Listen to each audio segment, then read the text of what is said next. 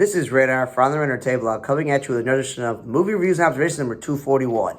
First movie I watched was called Skincare with Elizabeth Banks. And it was basically, they said it was off a true story, but obviously they changed a lot of things up. Nathan Fillion was in there, which is pretty cool in terms of actors that I recognized. And it also was barely 97 minutes, so it wasn't that long. So she's apparently like the makeup artist to the star. She decides to go into her own thing and making her own cosmetic line, but like every step of the way, something has been sabotaged by someone else and she's not sure who it is. They like hack her email account, make websites about her, you know, asking people, oh, do you want to solicit and have sex with her and all this other stuff. And none of it is her. And she thinks it's her competitor who just opened up happily across the street. But then there's like a twist and you have no idea. Like when you're watching it, it's this person. And you're like, wow, I can't believe it. And of course, a lot of things go awry. But yeah, it was an interesting enough movie. I thought it was going to be really terrible and plastic, quote unquote, because he knows about skincare and makeup and stuff. But it was better than I thought.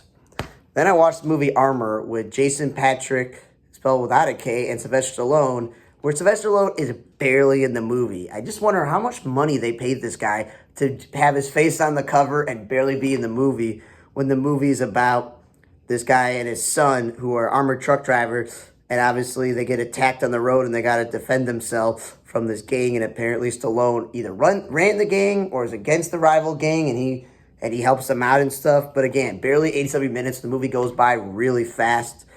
There is a good amount of action, a good amount of fighting scenes and shooting and all this other stuff, but it was just bleh.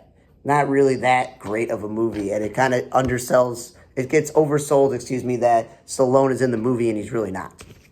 Then I watched movie ISS, International Space Station, where one of my qualms of the movie is when the Russian astronauts were speaking, there was no automatically putting subtitles on. It would be nice if that was an automatic thing for that, because I had no idea what they're saying.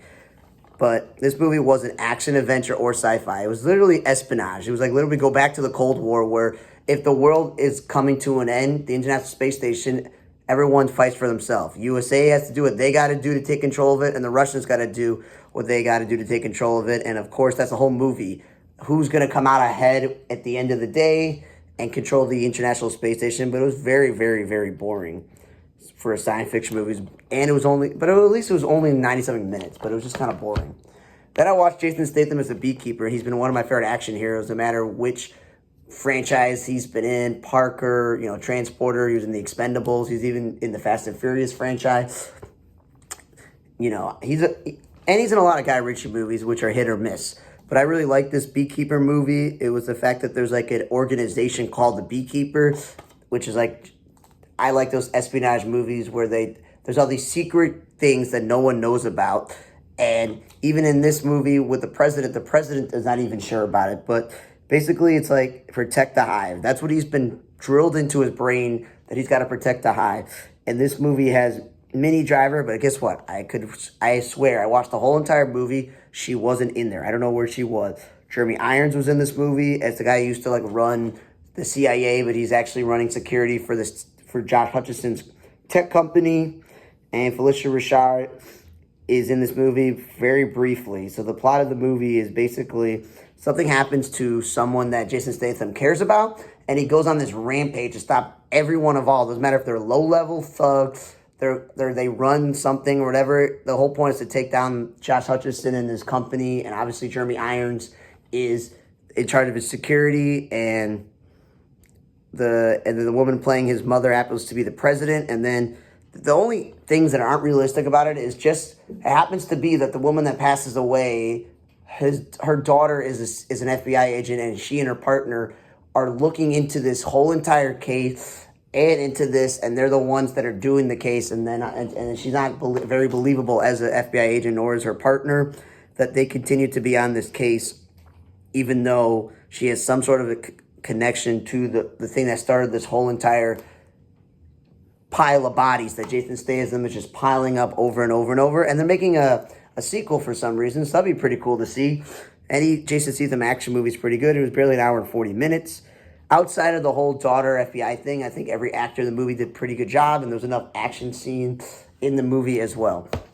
And I watched Mean Girls, the movie, the musical, because course, you have the original movie that they turned into a musical, and then in this movie, they're like, let's take the musical and make it a movie. And I will say this: the woman playing, the Regina George, the evil woman in the movie, she did a really good job.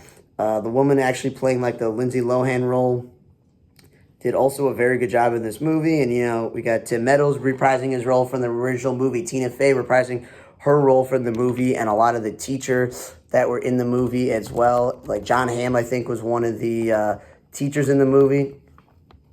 So, yeah, I will say this is that Anna Gory Rice, she did a very good job of playing the mild-mannered girl who just moves to town, is trying to fit in, and then falls in with the wrong crowd. And Jenna Fisher from The Office played her mother. So overall, I think like the kids in the movie, or like the people pretending to be kids, did a good job. And the adults in the movie, are recognizable faces that people have seen before. I just thought this movie was way more progressive and more quote unquote woke than the first one.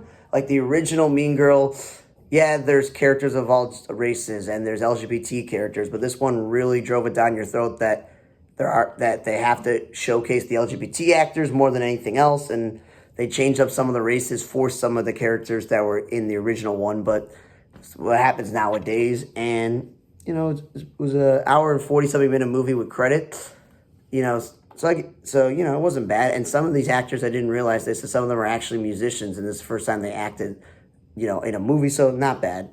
Then I saw the movie Red One with Chris Evans, Dwayne Johnson, J.K. Simmons, and Lucy Liu, where Chris Evans is a quote-unquote bounty hunter hacker that's hired for who gives him the most amount of money. And Dwayne "The Rock" Johnson is in charge of the security that protects Santa Claus. And Lucy Liu's in charge of all the paranormal stuff that, happens in the world at the same time. And J.K. Simmons gets a huge paycheck just to be in the movie briefly in the beginning, a little bit in the middle, and then at the end. So he also just sits there and gets a paycheck. And it was like an hour, 50-minute movie.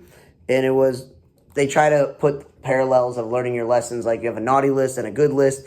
And, Chris Evans' character was on that. And and then he was trying to rebuild his relationship with his son in the whole movie. They threw that in there. And his ex-wife in the movie is the waitress from It's Always Sunny in Philadelphia. So I recognized her. And it was cool. They had giant polar bears and other animals and creatures that were part of the protection force of Santa Claus. And then you had elves and other creatures working in the North Pole. Krampus made a visit. The villain is the Snow Queen princess and stuff. So it was really cool special effects in my opinion. But I'm guessing that's because it was a Netflix exclusive original movie. That's where they got the money for, or if it was Amazon, whatever it was, one of those streaming sites that they got the money for the special effects and the science fiction aspect of it, and then paying all these actors all this money.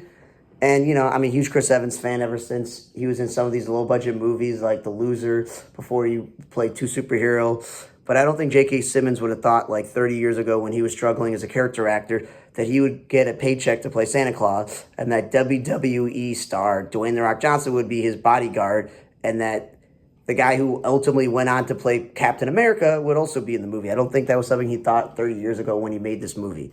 But overall, this past week or so, I think the best movie that I watched was Beekeeper, because Jason Statham really drives the movie. In terms of just sitting there and enjoying a movie from start to end, there was plenty of action scenes at the beginning, middle, the end. There was actually less boring scenes in this movie than I've seen in a while. So Red One is probably the second best movie I watched this week. And then I would say this is that if you really like Mean Girls or even the musical and wanted to sit down and watch this, it was pleasantly watchable, and Skincare was better than I thought. I would skip Armor because if I knew ahead of time that Sylvester Stallone was barely going to be in it and it was going to be super quick, boring, then yeah. And the same thing with ISS. It was just very boring. Thanks again for listening to another edition of Movie Reviews Observations number 241. For On The Entertainment Blog, I'm Raider. See you guys next time.